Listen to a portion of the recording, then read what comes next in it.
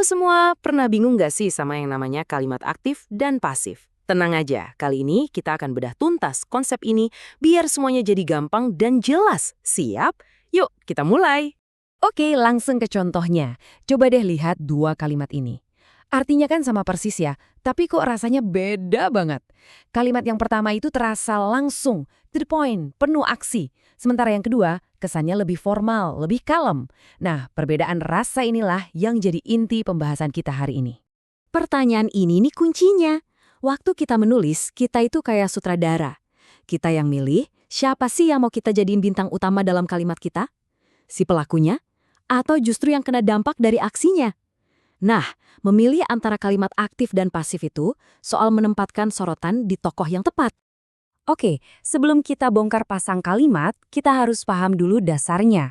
Pondasinya harus kuat. Yuk, kita mulai dari definisi paling dasarnya dulu ya. Jadi, di kalimat aktif, subjek itu jagoannya. Dialah yang beraksi. Ram, si subjeknya, melakukan kegiatan menulis. Makanya kalimatnya kerasa lugas, jelas, dan bertenaga. Langsung kelihatan siapa melakukan apa, nggak pakai ribet. Nah, beda cerita kalau di kalimat pasif. Di sini perannya dibalik total. Subjeknya sekarang itu sebuah surat yang di kalimat aktif tadi jadi objek. Si subjek ini nggak ngapa-ngapain, dia justru dikenai tindakan. Fokusnya jadi pindah dari si pelaku ke si penerima aksi.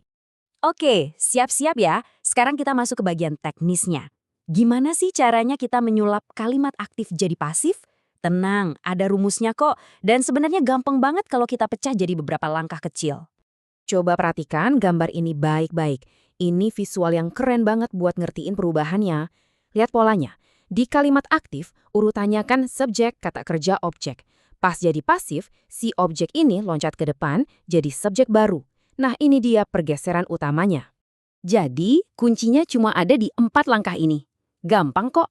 1, cari dulu objeknya. 2, lempar objek itu ke depan. 3, nah ini yang paling penting. Kita mainin kata kerjanya.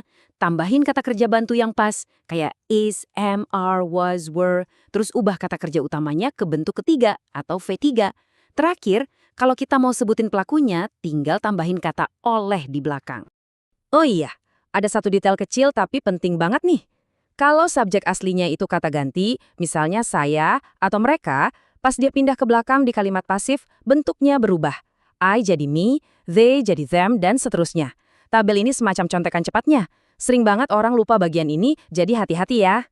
Nah, bagian ini mungkin kelihatannya paling ribet ya, banyak tabelnya. Tapi santai aja. Kita akan lihat gimana aturan tadi berlaku buat berbagai macam tenses atau bentuk waktu. Kuncinya cuma satu, pilih kata kerja bantu yang benar. Oke, kita mulai dari present tense. Perhatiin ya. He writes a letter, jadinya a letter is written by him. Kalau yang bentuknya continuous kayak she is cooking food, kita selipin kata being di tengah. Food is being cooked by her. Lihat kan, kata is dan is being itulah yang jadi penanda waktunya. Polanya sama persis kok buat past tense. They played the match, jadi the match was played. Buat past continuous, he was writing a story, jadi a story was being written. Terus buat past perfect, he had finished the job, jadi the job had been finished. Kelihatan kan polanya? Kata kerja bantunya aja yang ganti-ganti. Dari was jadi was being, terus had been, buat nunjukin waktu yang beda. Sama juga buat future tense, gampang ditebak polanya. She will help me, berubah jadi I will be helped by her. Kalau future perfect, he will have completed the task, menjadi the task will have been completed by him. Pola will be dan will have been ini udah paten, jadi tinggal diikutin aja. Nah, ini kabar baiknya. Buat kata kerja modal kayak can, should, atau must, aturannya super gampang. Tinggal tambahin be di belakang modalnya, terus pakai kata kerja bentuk ketiga, V3. Can solve jadi can be solved. Must obey jadi must be obeyed. Gampang banget kan? Tentu aja. Dalam bahasa, selalu ada yang namanya pengecualian.